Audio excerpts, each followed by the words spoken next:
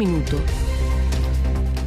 Hablemos de lo que ocurre con las ISAPRES, porque sigue la discusión. Esta mañana continuará la tramitación de la ley corta de ISAPRES con la presentación del Ejecutivo, del Gobierno, y mañana la instancia recibirá a la Asociación de ISAPRES para plantear su posición crítica con la iniciativa. La oposición está pidiendo tomar en cuenta una moción parlamentaria ingresada en diciembre que establece prescripciones de los casos y plazos definidos, también como ellos llaman razonables, en caso de exponer a la insolvencia al sistema. En el oficialismo dicen que serán garantes del funcionamiento del modelo, pero recuerdan que las ISAPRES desoyeron fallos judiciales y se pusieron a sí mismas y a sí mismas se pusieron en este escenario. Gonzalo Holguín con todos los antecedentes. Buenos días, Gonzalo. Hola, Gonzalo.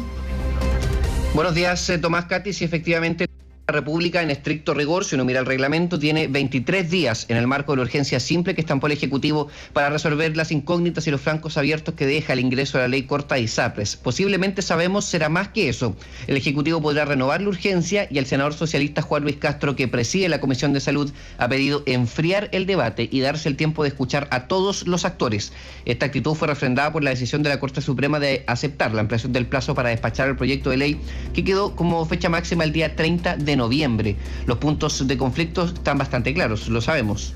La oposición acusa al gobierno de presentar un proyecto poco claro e impracticable que podría terminar con el sistema privado, y además apunta que esto sería intencional. Entre quienes apuntan a las diferencias del Ejecutivo y quienes cuestionan estructuralmente el modelo de ISAPRES, ambos sectores deberán llegar a una solución. Castro recuerda cuáles son los objetivos fundamentales de la ley, asegurando que no se prestarán para legislar el término de las instituciones de salud previsional.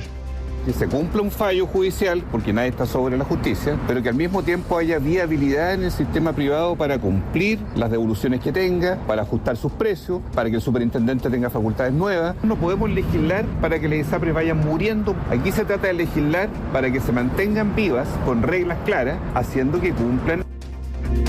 Unificar la tabla de factores, devolver los dineros, reducir los montos en promedio 50.000 pesos. Este es en parte el objetivo que Gonzalo Simón, presidente de la Asociación de ISAPRES, calificó como impracticable y que está arriesgando la insolvencia del modelo. Pase lo que pase, alguien quebraría. Simón no dudó en recordar una iniciativa, un proyecto de ley ingresado en diciembre del año pasado por senadores como Jimena Rincón, Javier Macaya y Francisco Chaguán, en el que establece un mecanismo de devolución, y esto aparece en el texto, digamos, literal, en un plazo razonable en el caso en que se comprometa la liquidez, garantía o patrimonio del sistema. Además, esa iniciativa parlamentaria establece una diferencia clave con la del Ejecutivo, al menos si uno compara ambas propuestas. Plantea la posible prescripción de la devolución de recursos según el caso.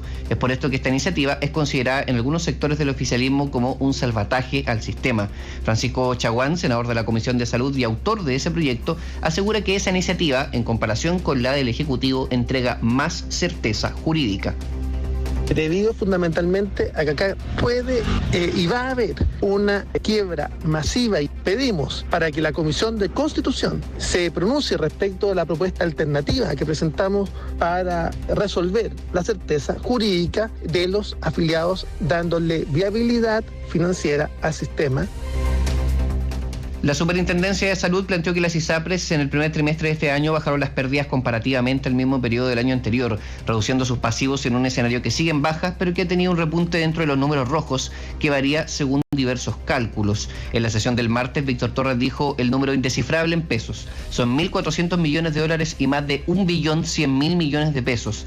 Iván Flores, el senador de C, que integra la comisión, dijo entender a los privados, pero que no los puede acompañar en su pataleo, asegurando que el Congreso dará garantías, pero eventualmente los dineros se tendrán que pagar.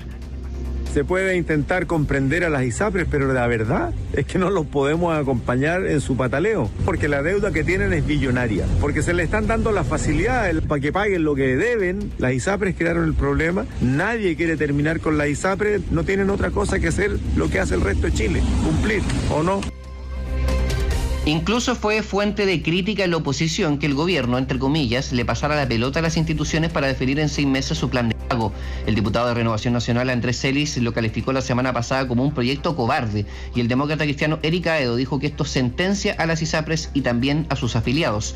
Juan Ignacio Latorre, presidente de Revolución Democrática y senador oficialista, dice que es una fortaleza de la iniciativa que sean finalmente las mismas instituciones las que definan el pago, que será, como sabemos, evaluado por una comisión experta, recordando que las ISAPRES se pusieron solas en este escenario. Yo lamento el tono de la campaña del terror que han levantado las ISAPRES, sin ninguna autocrítica respecto al comportamiento abusivo que han tenido con las personas. Las mismas ISAPRES van a proponer un plan de pago, bajar los planes a cerca de 700.000 afiliados, algo que debieron haber hecho por lo menos el año 2019, hace más de 3 años atrás.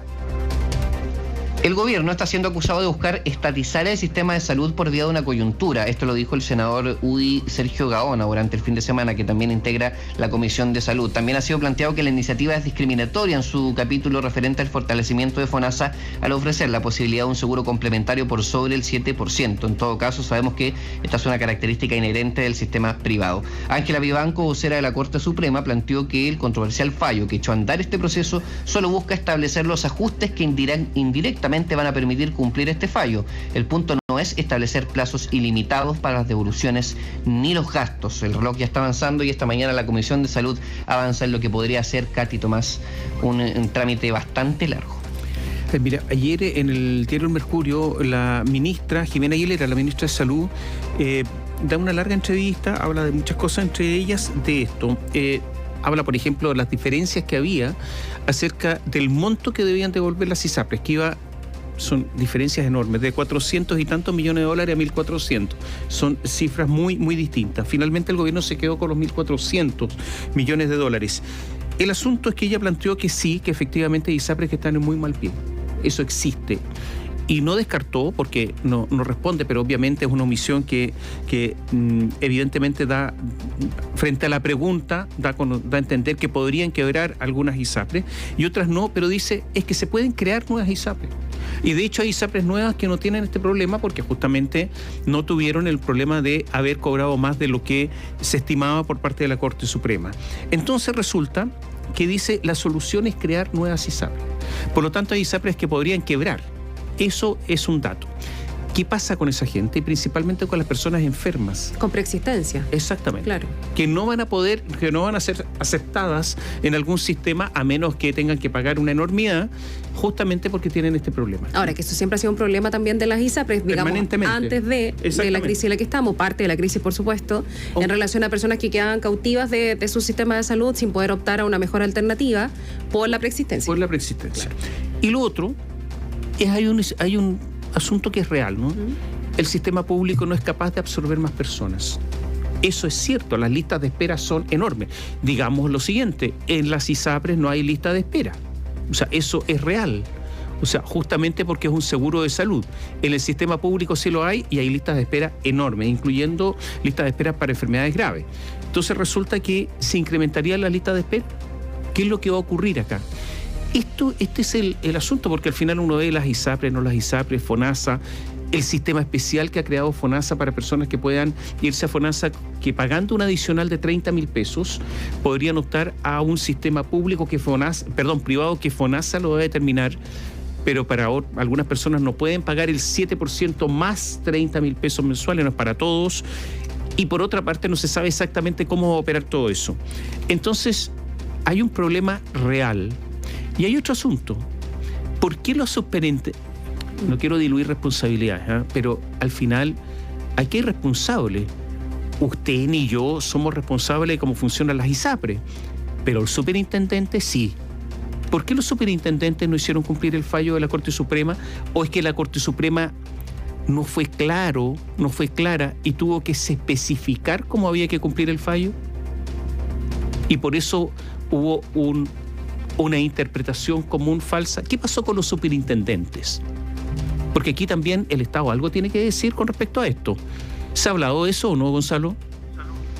La verdad es que sí, los parlamentarios de oposición han hecho ese planteamiento. Yo diría que quien más lo ha puesto sobre la mesa es el senador UDI y presidente de esa colectividad, Javier Macaya, en torno a lo difusos que han sido los fallos, en torno a la idea de que finalmente haya sido un poder judicial, el poder judicial de alguna forma, el que haya instruido al poder legislativo el cómo resolver el aspecto, o bueno, finalmente que sea un poder del Estado diciéndole a otro que efectivamente resuelva un problema producto del exceso de judicializaciones.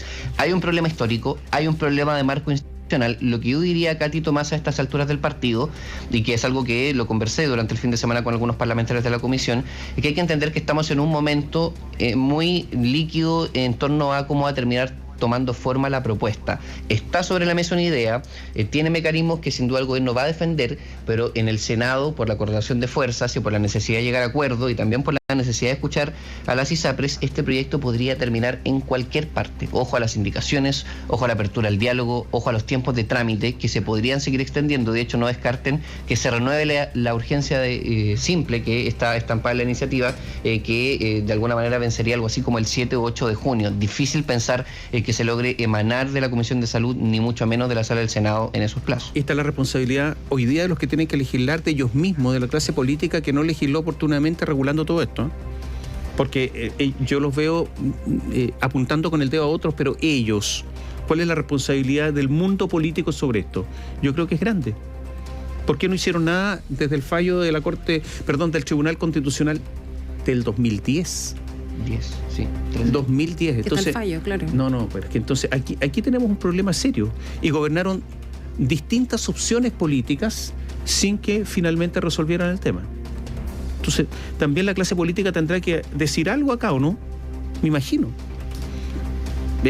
Ya, Gonzalo, veamos. Bueno, y sobre todo, solo agregar que no se nos olvide que el viernes la Corte Suprema anunció que concedía los 6 meses que se le había solicitado de prórroga para la ejecución del fallo, que era algo esperable. En algún momento planteamos el escenario que era más que negativo, si es que no se entregaba. Bueno, se entregó finalmente ese plazo, pero 6 meses pasan volando y por lo tanto no vayamos a estar en 6 meses más o menos en la misma situación, sin ninguna modificación de parte de la ley corte, de lo que está sucediendo ahí en el Congreso, para que efectivamente sepamos qué va a suceder con el sistema de salud. Es verdad que la mayoría del país, estamos hablando de casi un 80%, no tiene nada que ver con las ISAPRES, se atiende en el sistema público a través del auge, llega obviamente a la salud privada, pero es otra vía.